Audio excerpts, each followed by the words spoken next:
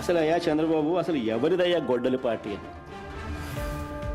చంద్రబాబు సీరియస్గా క్వశ్చన్ చేస్తా ఉన్నా. ఎవరిదయ్యా గొడ్డలి పార్టీ? ఎవరిదయ్యా గన్ కల్చర్? ఎవరిదయ్యా హత్యా రాజకీయాలు? ఎవరిది హత్యా రాజకీయాల సంస్కృతి అని అడుగుతా ఉన్నా. ఇదే చంద్రబాబు నాయుడు గారు సూటిగా మా కుటుంబంలో ముగ్గురు, మా తాతగారు, మా నాన్నగారు, మా చిన్నాన్నగారు ముగ్గురు బలైపోయారు. మేం బాధితులం. కానీ మాపైనే వీళ్ళు తప్పుడు రాజకీయాలు చంద్రబాబు నాయుడు గారు చేయిస్తారు.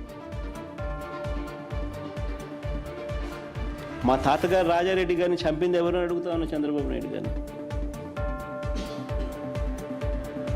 టీడీపీ వాళ్ళు కాదా? ఈ ఘటన చంద్రబాబు ముఖ్యమంత్రిగా ఉన్నప్పుడు కాదా జరిగింది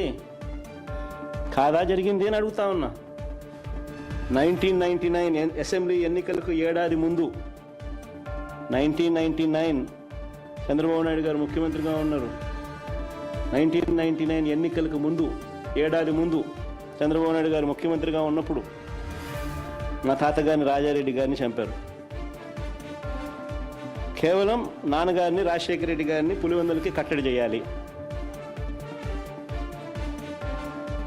అన్న ఒక్క రాజకీయ కోణంతో